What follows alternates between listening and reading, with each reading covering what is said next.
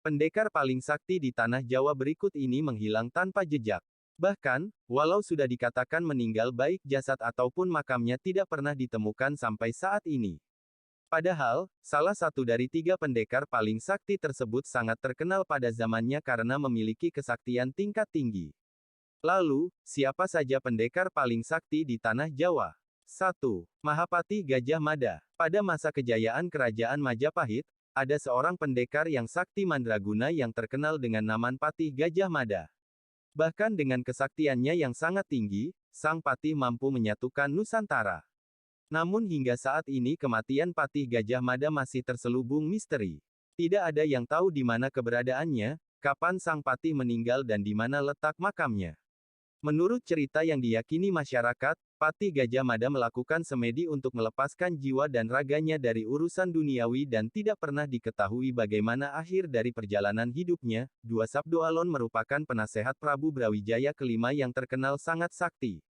Pendekar ini memiliki ilmu kanuragan tingkat tinggi yang sangat sulit ditaklukkan oleh lawan. Prabu Siliwangi adalah seorang raja yang terkenal sangat arif dan bijaksana yang sangat dicintai oleh rakyatnya.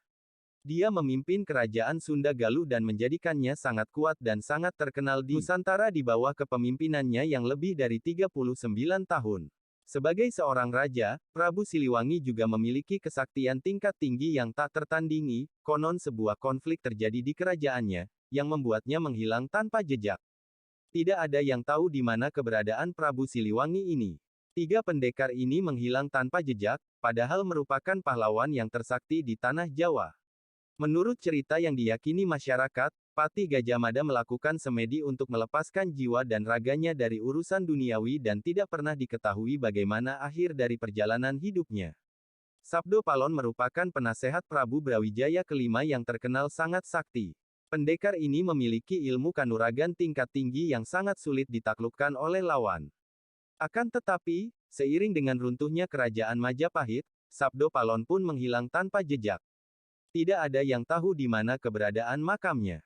Menurut sejarah kuno, pendekar paling sakti ini diyakini belum meninggal dunia.